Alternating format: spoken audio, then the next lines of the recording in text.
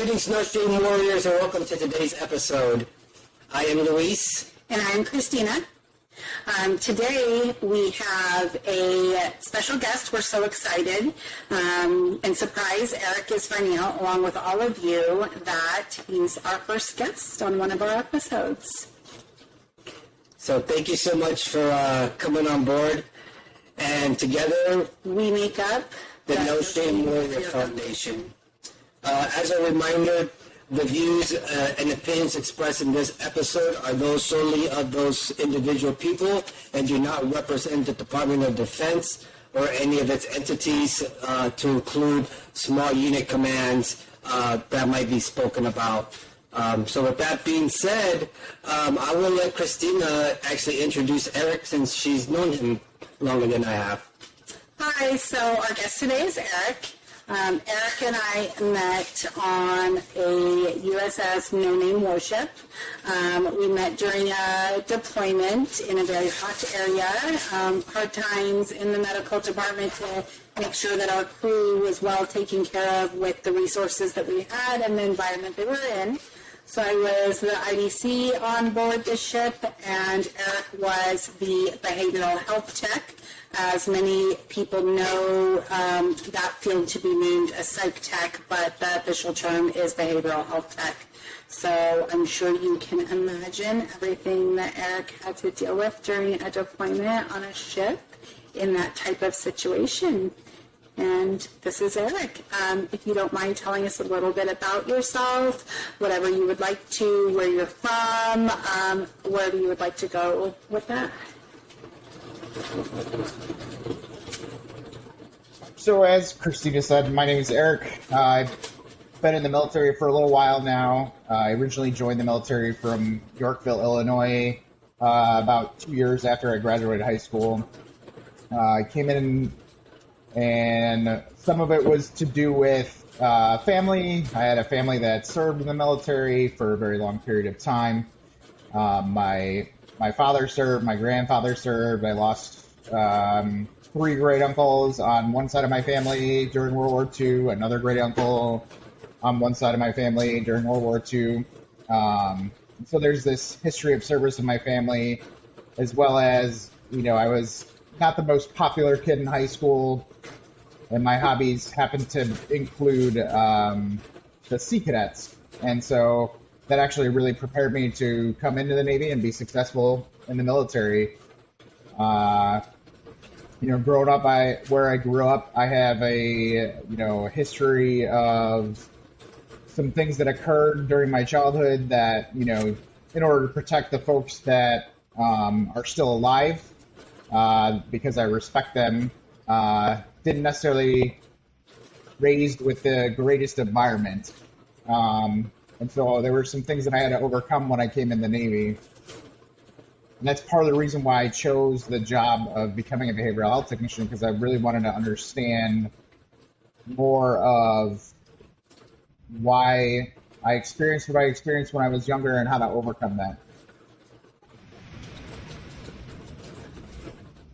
Well, first of all, thank you, your family, so much for all of their service. It's unfortunate the things that you had to overcome while joining the military, and as you said, out of respect, we won't go into that. But for their service, for those family members that served, thank you and them very, very much. Now, Erik, would you say your childhood kind of led you to the behavioral health tech world, or is that something you just kind of fell upon once you joined the military? So half and half. I joined knowing that I wanted to be a corpsman. That was like the biggest thing. When I was a Sea Cadet, I was exposed to a couple of corpsmen that had served in Kosovo. I'm from Illinois originally, so I would go up to Great Lakes and, be able to go to medical training with the corpsman at the hospital when it was still there. And I just knew I wanted to be a corpsman. That's what I'm going to do. I wanted to be like Luis, right? I wanted to be that corpsman, that Marine doc. It just so happened that my story wasn't like that. It just so happened that when I was in core school, I did well enough that they said, hey, you can go to a C school straight from core school. And so they offered me a bunch of C schools, and, there was optometry and pharmacy, right? Not good at math, not going to try and go to pharmacy.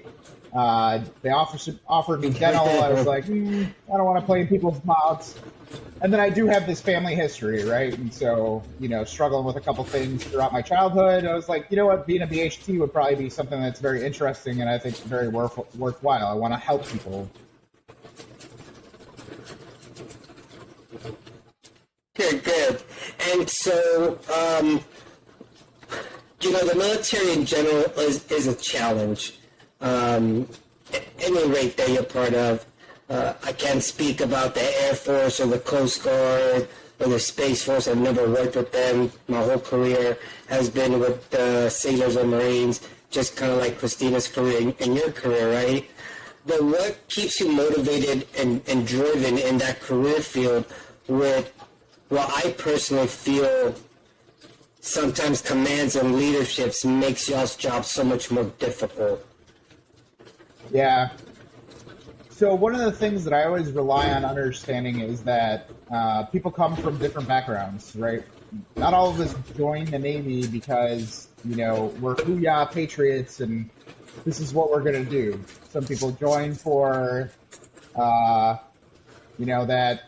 paycheck. Some people join for college. Some people join for, those benefits. And then there's people like me who, join because this desire to leave the environment that we're in and see if there's something else better out there for us.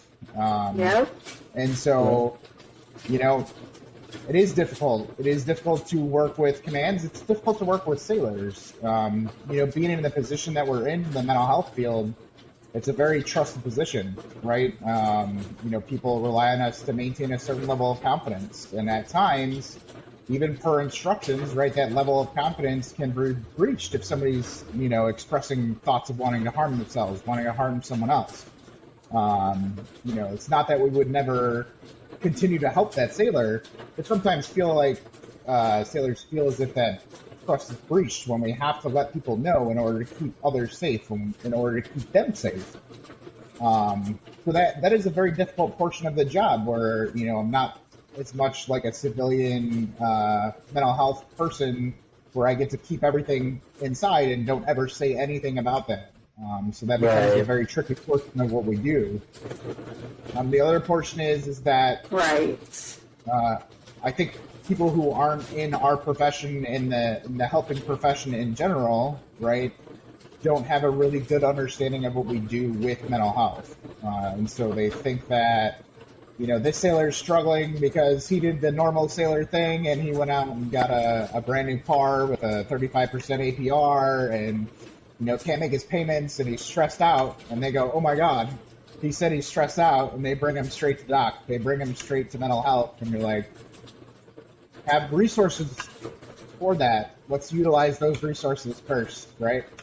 Not that I'm never going to help someone with those problems, but when somebody comes to me with those problems, right, and I've experienced it in therapy and things like that, right, is, oh man, that sounds really tough. How are you doing with that?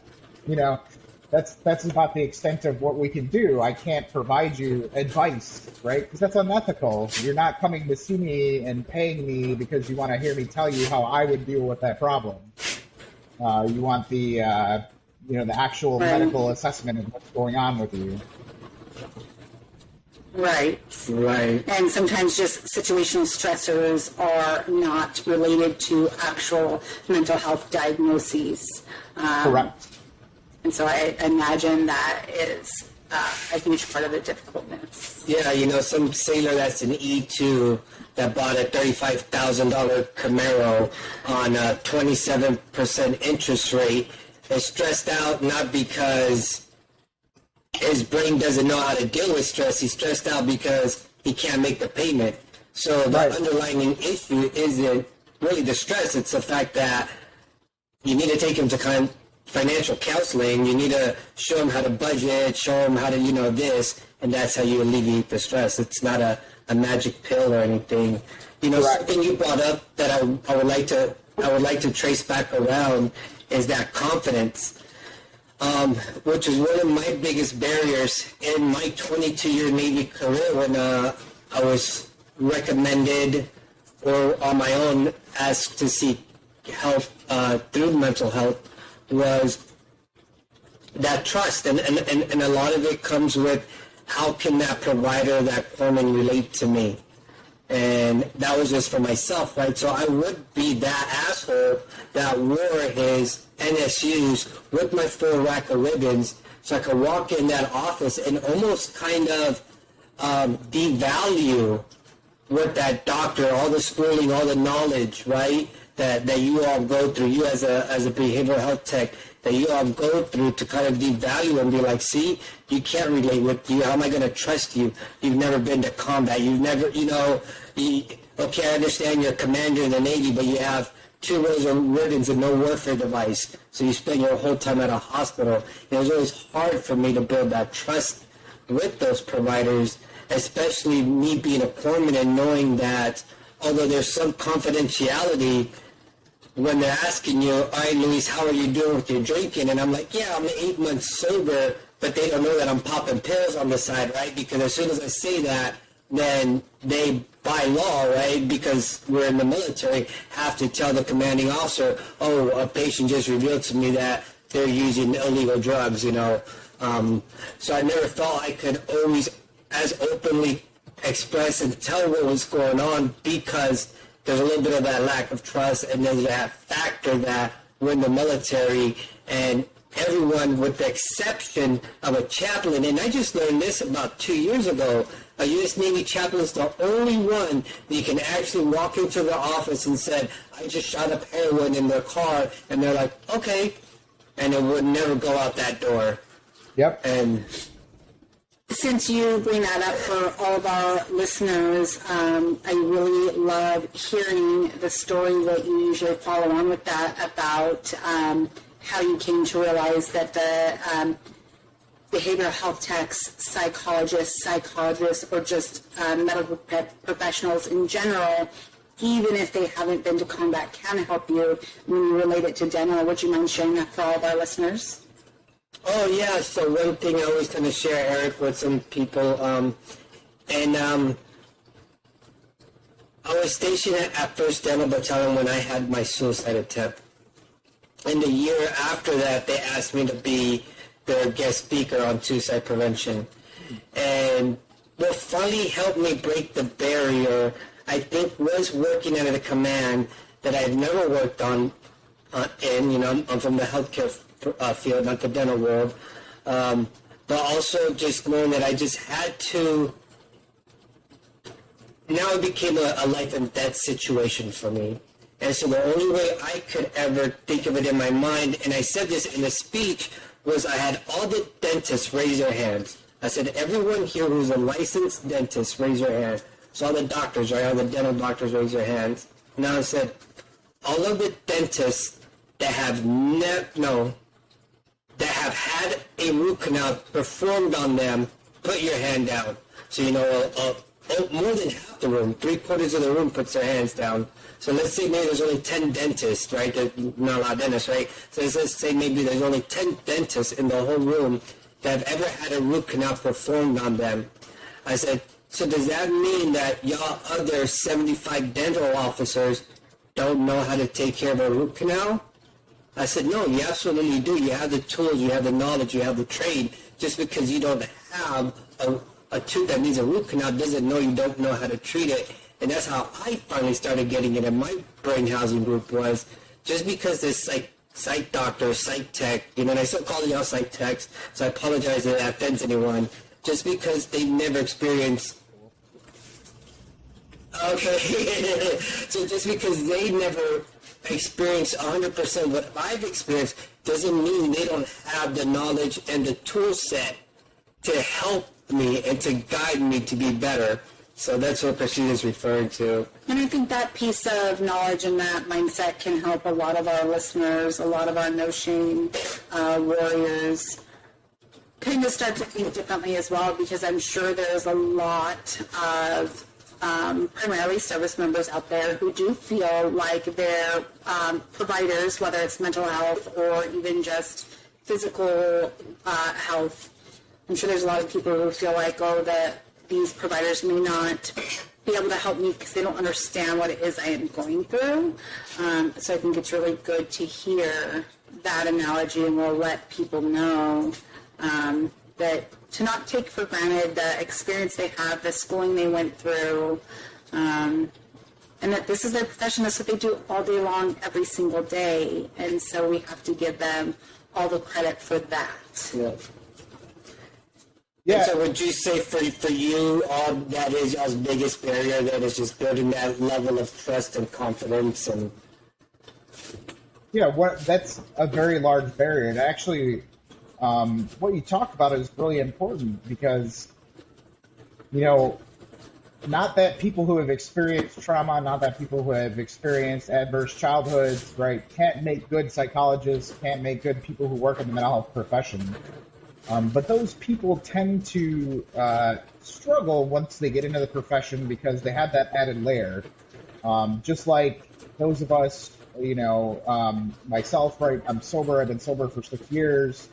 I Congratulations. have to take care of myself, and I'm planning on moving into the substance abuse field. And if I forget all of those things that I did to change to take care of myself, it goes right out the window. So we have an added level of responsibility towards ourselves when we've been through those adverse childhood events, things like that. Maybe it's substance abuse, that we have to make sure that we're taking care of ourselves and doing all of those things. Whereas the other folks on the other side of the house, they have this really objective view of what's going on. They have this really clinical view and can give us this very good objective picture where things like transference and countertransference don't come into play, and they're not transferring some emotions that they might be experiencing from previous experiences with what that patient's sharing with them. Because I can tell you, anytime a patient who suffered abuse comes into my office, it takes me a little while to recover afterwards, and that's something that I've learned about myself that I know now, and so I can take care of. But that was a big, pretty big contributing factor to some of the behaviors that I started getting into. We talk about things like vicarious trauma and compassion fatigue, and those are things that impact my profession in particular. Sitting around listening to somebody's trauma day in and day out, right? That can take a very big toll on the psyche, can take a very big toll on the human being. And one of those things that we were talking about where you said, hey, how many of you have had that root canal, and would you not get a root canal if you haven't had a root canal? What a lot of people don't know is that a psychologist specifically go through counseling throughout their schooling, right? That is a portion of their schooling. They engage in a counseling relationship with another counselor. So they do know what being on the other side of the couch, so to speak, feels like. And it may not be as in-depth. They might not be talking about depression. They may not be talking about PTSD or trauma, MST, anything like that, but they understand what that relationship is supposed to look like. And I think that's a really important thing that people could understand about what we do, is that they do know what that relationship is. They do know how vulnerable you feel sitting over there. So, Luis, like what you said, you go in there with your NSUs on, stacked up. I get that on a daily basis working with submariners, right? The first thing I do is look at my chest and look for my dolphins to find out if I know what I'm talking about or not. Right. It's definitely wild that you brought up wanting to go into the alcohol and other drug studies field, and then the barriers that come with that. Because actually, as soon as Luis and I can work out a child care and both dual going to college balance, I'm starting an AODS, alcohol and other drug studies program. And the thing is when I was in the Navy, I did try to go. I did try to go to the school. And the person who happened to be the program director at the time also knew me and was one of my mentors. And they may end up watching this. And they are the one who specifically at the time decided to not let me go. And more as what they knew of me personally and as my mentor. And the reason that they gave me, and I'll start by saying I feel like this was an extremely fair assessment at the time, even though I didn't see it, but now hindsight. They told me at the time they did not think that I would be able to handle being a SARP counselor, because when you're a SARP counselor, you have to understand that along with alcohol, drug use, other addictions, comes other crimes. And you have to be there to be their counselor, not a judge and jury, and not find any resentment towards them. So say they have an alcohol and or drug problem and they committed sexual assault or domestic violence or child molestation during that. There's a whole other justice system to take care of that portion, but my role was simply to be their drug, alcohol, or other addiction counselor, and the director from the program at the time very specifically told me he did not think I would be able to handle that portion of it. And at the time that upset me, he sent me to IDC school, so I ended up going to IDC school, which worked out. But now, well into my 40s, I do see things differently, and I will admit that was a very fair assessment at the time.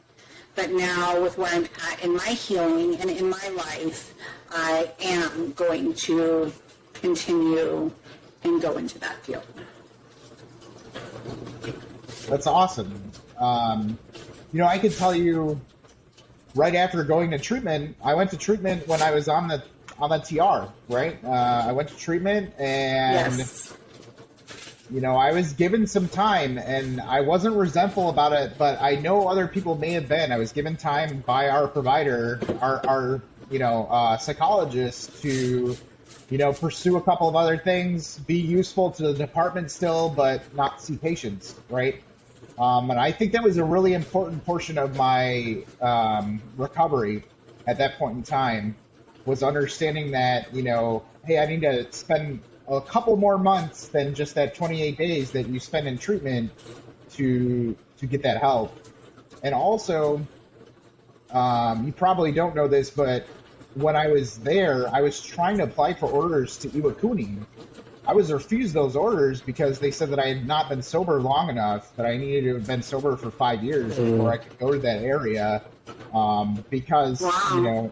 there wasn't a lot of medical care available and all that kind of stuff. So if I had relapsed, they would have, been SOL. I would have had to end up back in San Diego, back at treatment. Right. Right. Since you brought it up, because I would never disclose anything that you and I discussed personally at that time, but since you brought it up, I will say I do remember conversations that we had, and I'm glad that the providers gave you time to do other things, because I remember the way that you put it to me when we discussed it. When you were in treatment, and you may have been going through treatment with other people who were also on our ship. So, how are you going to be a patient alongside these people who are also struggling, and you're struggling with the same things, and now your peers going through this treatment together? How are you a week later going to turn around and now be their counselor, or now be the person that's supposed to help them? And I do remember very vividly those conversations that we had, and your concern with that.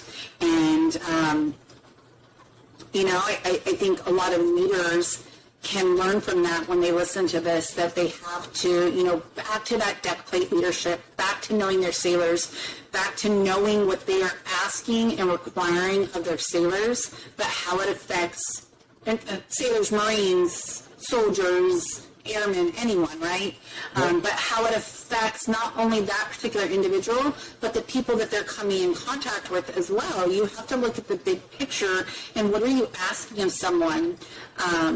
And so, yes, I remember that conversation. I remember your thoughts about that, and I'm really glad that the provider gave you other options. And if, the other people were resentful for it, that's a self-centered feeling and a self-centered thought. They weren't thinking about you. They weren't thinking about your patients, right, or what it meant for the department as a whole. So that's something that they'll have to deal with on their own. Right. And hopefully leadership hearing you say that can learn from it. And so, Eric, you spoke about you have 6 years of sobriety? Yeah. First and foremost, congratulations. As you know my story, but some that might not know, alcohol was my drug of choice throughout my military career, just because it was acceptable and it was the easiest thing to do in front of everyone and not get kicked out, right? Right. It's encouraged. Right. I always, not always, but I'm going to do a solo podcast that I've been thinking about, talking about, I've never had an alcoholic leader in 22 years. Isn't that funny? Yet we all know. Right. But anywho, so first and foremost, congratulations on that. And I want to propose this question to you because I proposed it to my doc friend, Dr. Barry, because he deals with some mental stuff as well too. And he's been practicing physician since the late 80s. When you went through psych tech school, I'm sure you guys went through a portion of it that dealt with drugs and alcohol, correct? Yeah. So my question for you is this: how does somebody, and I know what my answer would be, but I can't speak for everyone. This is your story. How would someone with as much knowledge and tools, right, to combat that, fall into, whether you label yourself an alcoholic or not, that's on you, but where at least you felt that you were at a point that you needed to go get treatment yourself. Oh, well, that was easy. I was slapped. Because that's a very vulnerable thing. That was a whole messed up situation altogether, but you got the help you needed. Right. And that's the thing, right? Like you're saying, how does someone with that much knowledge, there are founders of 12-step organizations that were physicians, right? How did they get to where they got, where they ended up developing a program that helped so many people? I don't speak for that program. I'm not going to bring up much more of it, but that was where I found the most help, right? Was through an organization that had that knowledge. Yeah. But like your question says, is how does somebody armed with that much knowledge end up in that position? Well, you know what? At the risk of paraphrasing, right? Self-knowledge never kept me from drinking. There were times where I would look at that DSM and go, oh, hey, I don't meet these criteria today, so I'm okay. In reality, man. The excuse on why right. not, Right. I could come up with any number of excuses on why I didn't fit that bill, wasn't like other family members that I had because I only got arrested for public intoxication, so who cares, right? I'm not as bad as those guys. I'm not that guy out on the street. Yes. Delusion is a very powerful symptom of that disease. I forgot who it was that told me this once. And it was a psych buddy of mine. I'm not sure if it was psych tech or it might have been Doc Barry. But he goes, one of the simplest answers I came to find out is an alcoholic will usually go hang out with a drug addict so that alcoholism doesn't seem as bad, right? Right. And then a drug addict will go hang out with a homeless drug addict, so their addiction doesn't seem as bad. And like you said, we can give ourselves millions of excuses. I did for 17 years out of 22 years, right? I don't drink hard liquor during the day of the week. See, I'm not an alcoholic. I don't need a drink in the first thing in the morning. See, I'm not an alcoholic because of my childhood experience. I never punished or disciplined my kids when I was drunk. See, I'm not an alcoholic. So I definitely understand how you can say just because you have the knowledge or the book in front of you doesn't mean you necessarily either A, know how to apply all the lessons in it, or B, you just know how to read between the lines in order for it to benefit you. Yeah. Tomorrow actually marks our 4-year sobriety. Oh, does it really? It does, yes. But you know, there years ago, it was probably at least 10 years ago, that a psychiatrist committed suicide at the military hospital in their office. And so it was big in the medical community, big in the military, the news going around. I remember talking to one of my psychologist friends about it, and he put it very simply, and when you're in the field, it really makes sense, but he just put it as, and I'll never forget this, he just said, you know, shit rolls downhill. So when you are like, you mentioned like compassion trauma. So, you know, when you are that person that listens to everyone else's problems all day long, as much as it is because you passionately want to help them, we can't be naive and think it doesn't come without a toll on ourselves. So I would think that would apply the same. You have the tools, you have the knowledge, you know where you may be heading, but yeah, shit rolls downhill, and it's hard to get. It's easier to help someone else than get out of our own mind and help ourselves. So it's easier just to self-medicate. Yep. Yeah. And so you said you've been in the Navy going on 13 years now, right? 14 and a half now. I hit 14 in March, so. 13 and a half. Okay, right on. And so, and I know you're right now working with an embedded submarine team.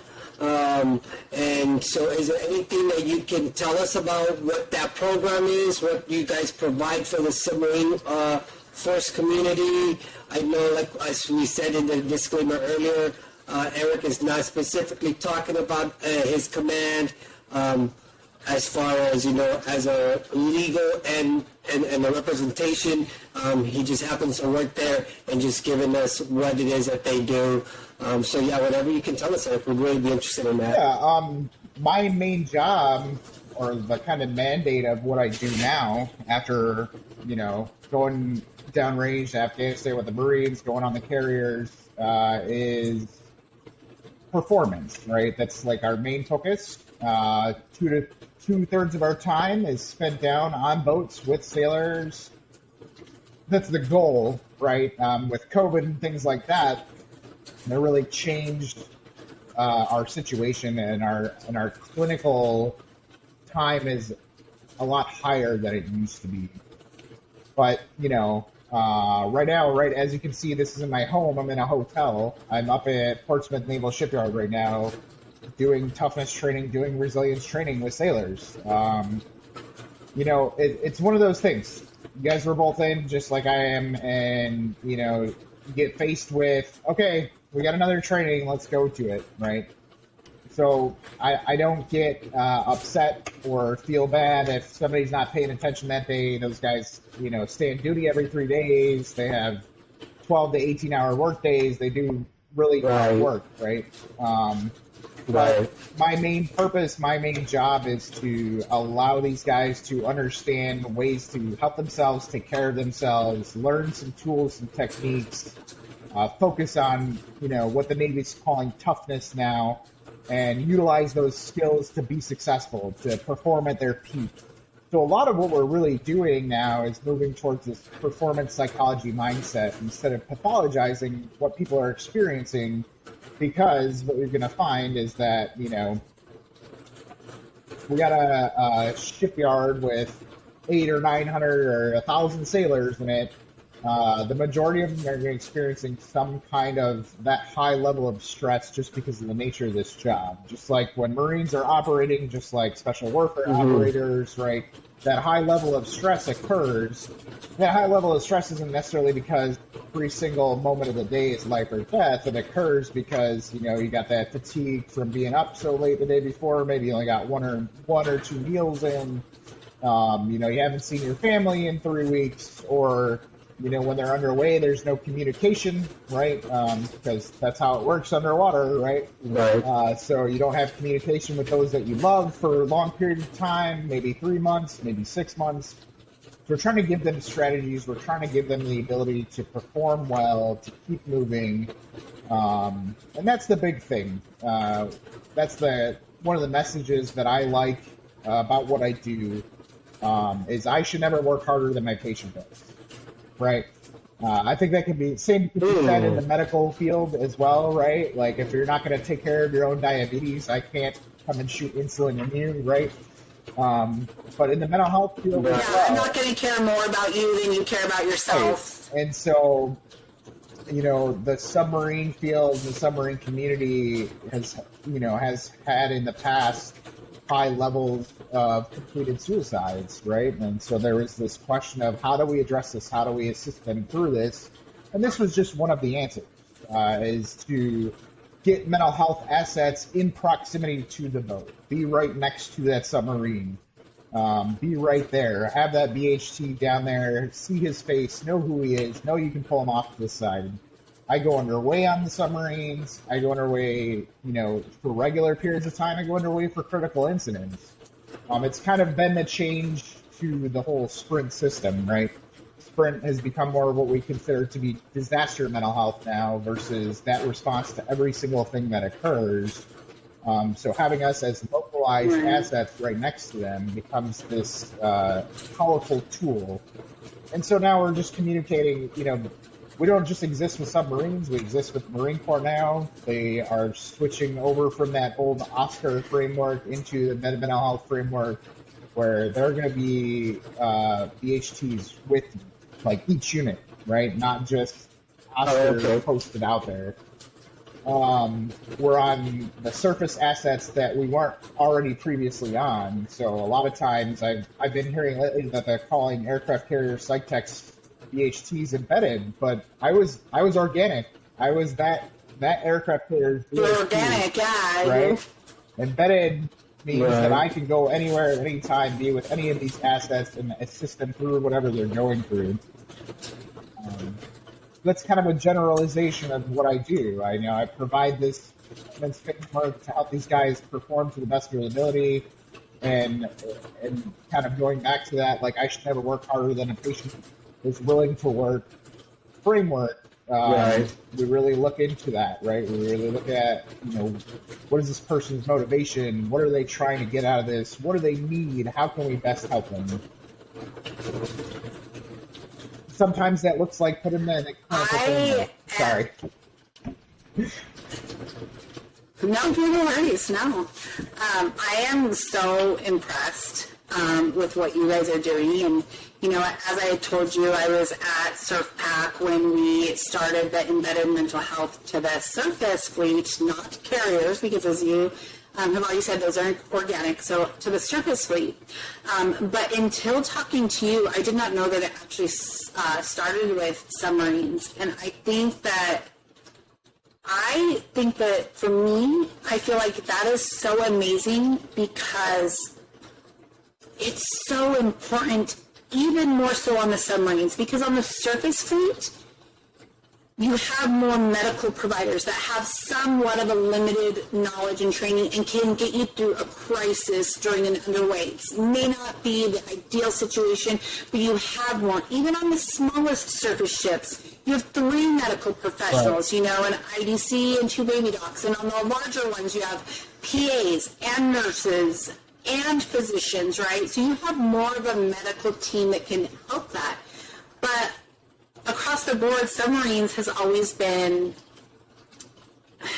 I don't want to downplay anyone else, but it's always been a very high stress, not to say other sea-going platforms aren't high stress, but submarines has always been high stress, and they have one medical person on the ship, on the boat, and that one medical person may be struggling themselves too, because yes, submarines while underway is so much more disconnected. You have no contacts, you have no outlet. And so the struggles that come along with that and having even less medical professionals to help, I'm just really excited. And I even just retired last year and being at Surf Pack when we started that, I still even had no knowledge that it was in the submarine community. And I'm just in awe of the program, but you specifically as well. So it's just amazing, and thank you for what you guys, but we're talking to you right now for what you are doing. And I know how great you are at your job, so I know the asset that you bring to the program. One thing Christina said is, on the surface we have so many more options. Underneath the sea, and for y'all that don't know, I was going through sub-IDC school when I got my DUI in 2013, and derailed my career. Anywho, so I understand a little bit about the subsurface force, but as a submarine, and that submarine is scheduled to be under the ocean waves for 2 months because we're in waters that, we're just in waters, let's just put it that way. For the CEO to breach and us pop hatch to medevac a patient, that's, that's why, we have stories of IDCs doing, appendectomies under the sea because the SEAL's like, we sure as hell ain't floating to the top right now, and so I couldn't even imagine having a sailor go through a psychosis moment, a true psychosis moment, right? Where they're disillusioned, where reality's really not there, and even though I feel in the submarine community they do a good job of trying to weigh out those sailors that just might not mentally be able to do the job, but it can happen to the best of any of us, right? And that's one message that I try to put out a lot, just due to the fact that because I was awarded a high valorous medal doesn't mean that I don't suffer just like everyone else, because we're all human beings at the end of the day, that any of this can affect us. Yeah, it's interesting, right? I know you kind of laughed a little bit earlier when I said I wanted to be that corpsman like you, right? I think it's something that you do need to give yourself a little bit of credit for. You do inspire people, right? And thank you. It's as uncomfortable as it is for me to hear you guys say that I do my job well, right? I can understand how that might be uncomfortable to hear, right? But big picture, for sure, right? Like, we all do what we're doing because, when you think about it from a corpsman perspective, we're doing what we're doing because we want to help somebody to the best of our ability, right? And we sometimes get injured doing that, right? Whether it's physically, whether it's mentally. And we really have to pull back and start remembering to take care of ourselves and to not go further than our patients are willing to go. I think that's kind of like my big epiphany doing this job, because I saw those guys who were in Kosovo, right? Like, I'm going to be like them. I'm going to do this, hoorah kind of stuff, right? Or like I had that mindset of like, if I was that corpsman or that medic army, right, he could have been there to save my great uncle so he could get home to see his kid. Stuff like that, right? Like, so whatever our motivations are, why ever we do any of this, I think the big thing is is self-care is key in this. We have assets and resources available, right? Like that was one of the main things about submariners. Like we don't have access to this. And you're right, they only have a clinic. That's it. And this clinic wasn't very big when it came to mental health. So, you know, hey, how do we get the help that we need? And I find those submarine IDCs that I've worked with, right, have a good balance of understanding of, you know, come here, little ski pup, let me take you under my wing so you understand that this is arduous and this is going to suck. But then they have the ability to kind of look at, you know, is this true mental health, or is this somebody who really needs some mentorship, some performance, some leadership intervention, right? And I think our submarine IDCs are our best assets when it comes to that, understanding the difference between, okay, is this actually truly a medical mental health diagnosis, or is this somebody who really just needs some family resources, some military one source, so that we can make sure that our mental health resources are free for those people who truly, truly need this. And it's been a really big thing over the last couple of years with COVID. Everybody, you know, saying that there's no access to care, there's no access to care. And that's why I am so interested in the performance psychology field, because all those people who are interested in changing their lives and working on themselves and things like that, you can really impact and be really helpful from that standpoint, so that those distress injuries don't come about as often as they do.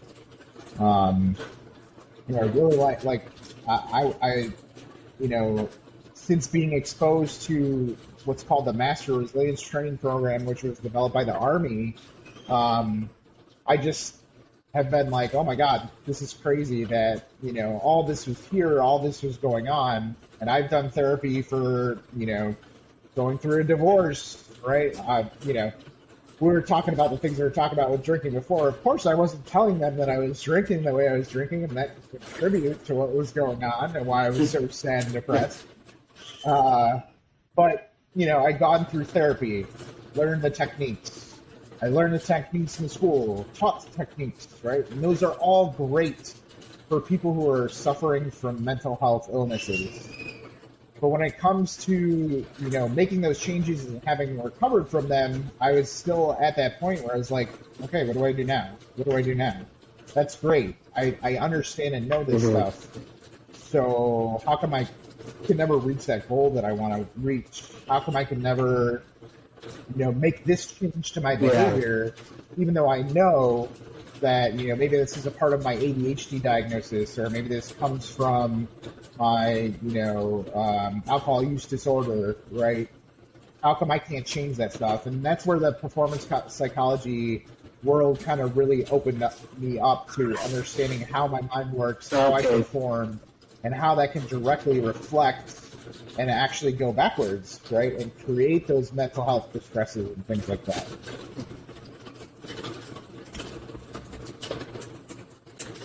Definitely. You know, we have talked about, and we're talking about a lot of stuff, a lot of personal stuff and a lot of professional stuff. And one thing, just to bring it back to the professional side for a second, because I'm so excited about what you guys are doing. Two of the first real true mentors I ever had in my career, they both sent me on my first deployment. One was a chief at the time, one was an HM1 at the time. They both are now retired as Master Chiefs. They're both submarine IDCs. And I don't know, for some reason I was always drawn to, they provided the best mentorship. Maybe it was because I was on the submarine base at the time, but those are the ones that stuck with me throughout my whole entire career. And then one that's still active duty as well, who was one of my LPOs at the time, who's now a Master Chief. So that would be, Master Chief Shelton, Master Chief Dowry, and then still active, they're retired, and then still active Master Chief Bradshaw. I am so excited to tag them once we post this and share this information with them. And, you know, in their positions, they may already be aware of it, even though they're retired. But being retired, we also know how we can lose touch and not know what's going on in the community. But I think that the three of them specifically will be so completely spending their entire career on submarines and being IDCs, and they went to Marines as well, but spending so much of their time as the one and only medical professional on submarines. I think that they are going to be just so completely thrilled to hear about this program and just the future of the submarine community and what it means for the improvement in the overall well-being. Then I'll let us go all over the board back to personal, and I'll steer away from professional. I just had to throw that in because I can't express how excited I am for that community that you guys are doing this. Even though you guys have been doing it for some time, I didn't know. Well, you know what's great about it is one thing you said is you're there as another tool. And sailors that really use tools every day to operate, right? So all of our mechanics or snipes or airframers, all these can relate to it this way is I recently got put back on Zoloft, and when I was talking to my psych doc about it and I was possibly getting put back on meds, I said, you know what, doc, it's the only way I can explain it is this way. I have the hood of my car open. I know exactly what's wrong with my engine, right? I have a tool bag full of tools. Some of them can help me tighten up that bolt a little bit. Some of them, might strip that bolt in the process. It's just I don't have the right tool in this tool bag that I need to fix what's going on right now. And he was like, wow, you just probably said it the best way is, yes, you build all these tools, and we'll talk about having your bag full of tools is because first and foremost, not every PTSD is treated exactly the same because, like I tell people, the Battle of El Nazareno got me awarded my award. 175 plus men went into that battle. You know how many experiences came out of there? 175 different experiences. 175 different processes. 175 ways that people have dealt with it for the last, going on 20 years next year now, right, for that battle. So I feel it's the same thing when you said, it hit me so close to home, like, we're there as another tool for them to use. And I think sailors, can understand that, yes, open and closed wrench can work on a pipe, but a pipe wrench is going to work a lot better. Yeah, that kind of thought process about, when your only tool is a hammer, everything looks like a nail, right? So looking at that picture of, I can use a hammer for a lot of stuff, but it might not end up looking the way I want it to once I get done with it. All of those pieces, right? Like what Christina was saying with the submarines in general not having access to this for the longest time. It's really, really awesome to be able to be a part of this field. I was actually the first billet in Groton, the first full-time billet in Groton. Groton houses, right? It's called the submarine capital of the world. It houses the most submarines, right? It's where sub school's at, right? All this information's on Google, so, but it's one of those really interesting things that we as a fighting force kind of didn't think about until the very now, right? Like, oh man, these guys are doing stuff. They're deploying. Oh, we might have this situation that we need this sub on this site at this point. They deploy more than anybody else in the Navy at a moment's notice. And that's what I mean by that, right? Like, right, special forces do the same thing, but, for what we consider to be, like, regular Navy, even though they are special duty, right, more than anybody else. They're going out doing things that, we just can't fathom. And so then they go out and do something that they can't even share with other people, right? So I think that's another importance to having us down there is that I've been underway with them. I understand what they can't talk about now, right? So they have that Right. that key component, and I love what you said about having all of those different experiences come out of that one battle, right? I have the experiences that I have. I was in Afghanistan in 2012. SecDef took off from the flight line in Kandahar, and IED goes off. Vehicle-borne IED goes off at an ECP, right? That was my first experience with trauma and working in a trauma bay and seeing people who were physically injured that we weren't going to end up helping, right? That we weren't going to end up recovering, right? Mm-hmm. And when you talk about those experiences, right, like those 175 different experiences, I still know the taste of the smoke in my mouth, where I was standing on the smoke deck, what the sky looked like, all that kind of stuff, right? That's imprinted in my brain for the rest of my life. And so these guys, right, we had a couple of situations recently in the submarine fleet with the USS Connecticut, right, running aground. Those guys now have this unique experience that no one else is ever going to understand, where they had to rely on each other, right, where they were in a very extremely dangerous situation, and those sailors fought that ship and saved that ship, and they survived. They were able to get home, and at the end of the day, despite whatever may have occurred that led to that situation, those sailors fought that ship and they lived. So, right. But not funny as in haha, but coincidental. Because that's actually was a thought that was going on in my head earlier, but you just brought it up a little bit. How does that work when sailors, especially in the submarine force, and if you can't speak about it, you just say, hey, please, I'm not at liberty to discuss this, or I have no knowledge, or whatever you want. But when a sailor, signs like an 80-year, 100-year non-disclosure form for the mission that they're about to go do, right? And then something like that does happen, and you are not on board that ship.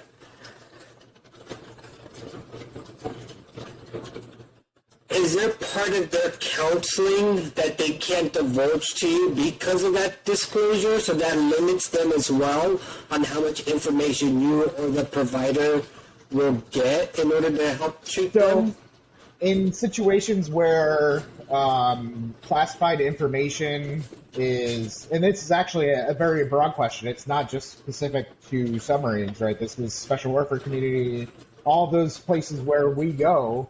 Right. If we're not read in, we would end up having to be read in on the information if the security manager is willing and they find it pertinent to that person's situation.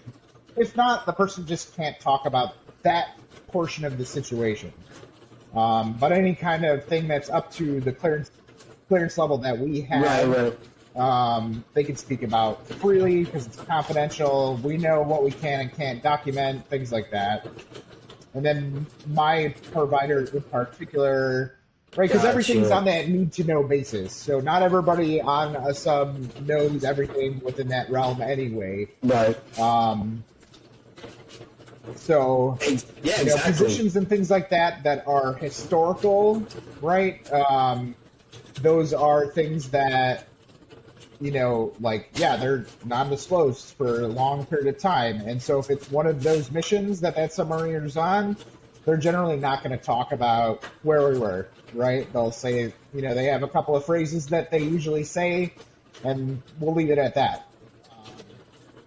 But those things that they do talk about, the experiences, right, clearance-wise, that doesn't really matter. What they experienced, how they were feeling, you know what I mean? Like it doesn't really come into play as much.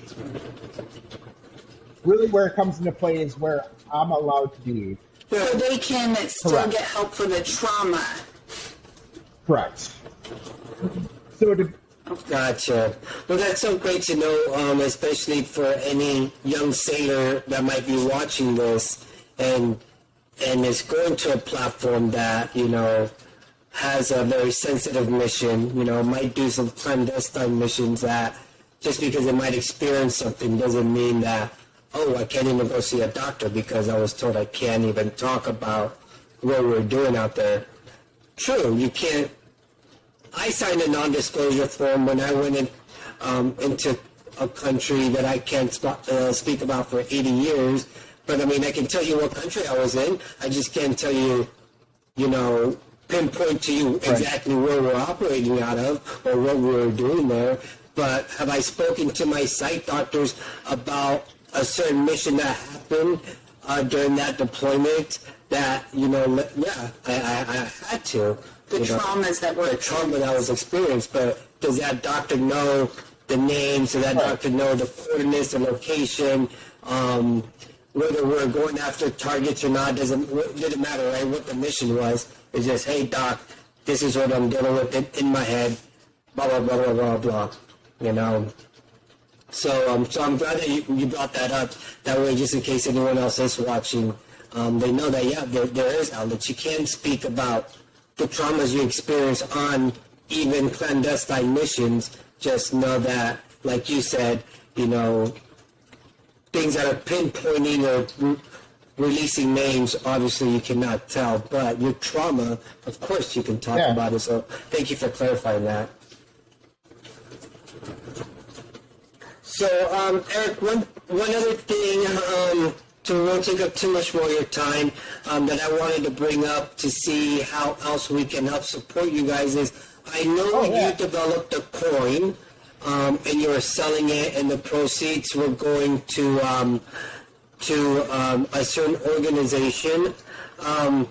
So all proceeds, from my understanding, 100% go to So it's the organization? American Foundation for Suicide Prevention.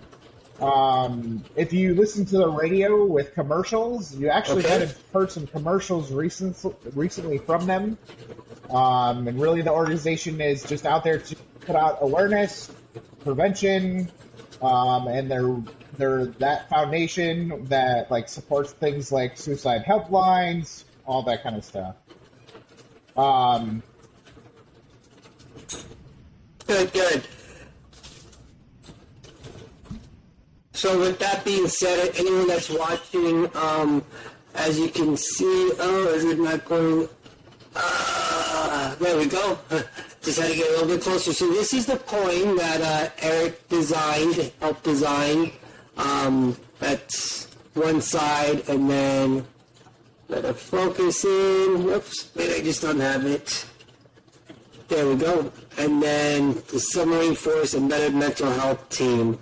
And so, Erik, well, I would love to do, if it's okay with you, after we hang up, if you want to send me either an email or a link that we can provide on our site and also with this video, so that anyone that wants to help donate to this cause can reach out.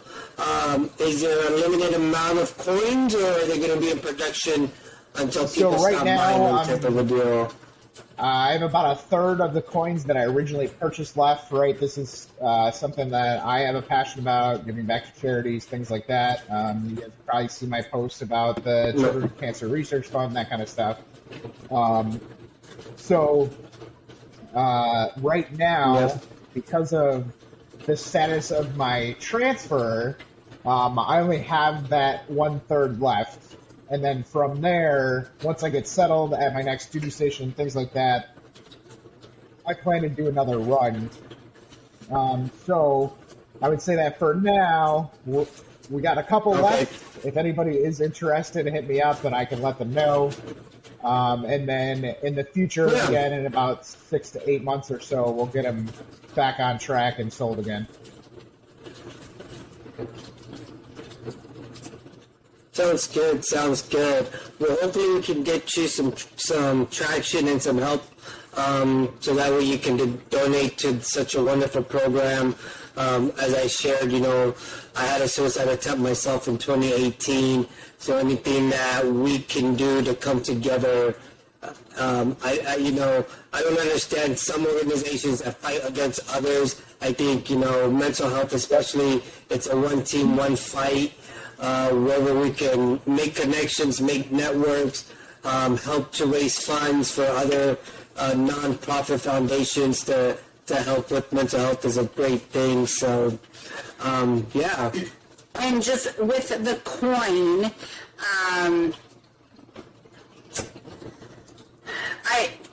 I'll leave it vague. I did see a comment that someone had made on a post that, it's your coin, your post, but I found a little bit of offense to the comment, and I just moved about my day. But I would like to say on behalf of you, remember that Erik designed this coin, and a command did not design this coin. A command did not use command funds to pay for this coin. Correct. Erik paid for this coin. Erik is sending this coin. If you are in the field or if you hold a certain position, please do not feel that Erik is obligated to freely send you a coin, because that's not free. That's him and his cost that he is eating to send that. So just please respect that. His money went to make this coin. It wasn't on behalf of a command with command funds, and this came out of pocket. So please respect that and purchase the coins and pay whatever shipping is necessary. Because it's for a great cause at the end of the day. So. Cool. Well, Erik, do you have any other last minute things you want to... For the coin stuff, that was one of the things that, when you put your coin out, it's like, man, that's really awesome.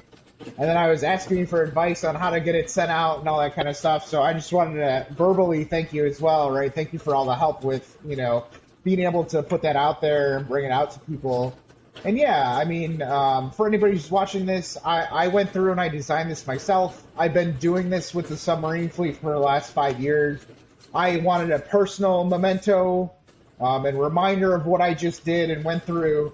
And I also wanted an opportunity for the sub IDCs to have something pretty cool, and certain members on certain submarines, like triad members, or maybe somebody who met with embedded mental health way back in the day, right when we first started, to have that kind of memory of something that really helped them, and as well as bringing awareness to the American Suicide Foundation, or American Foundation for Suicide Prevention. And again, right, that's what we were talking about a little bit earlier, right? That's on them, not on me, right? Right. Well, Erik, once again, thank you so much for your time. It's been a pleasure catching up with you. It's been a while since I've spoken to you. I'm sure it's been a while since you guys spoken to Christina face to face. So once again, thank you so much for your time. We really do appreciate it. And I honestly don't think we could have had a better first-time guest than someone that is out still in the community, wearing the uniform, and bringing so much mental health awareness, especially to one of our smallest communities in the Navy, which is a submarine force. So thank you so much for your time. Thank you.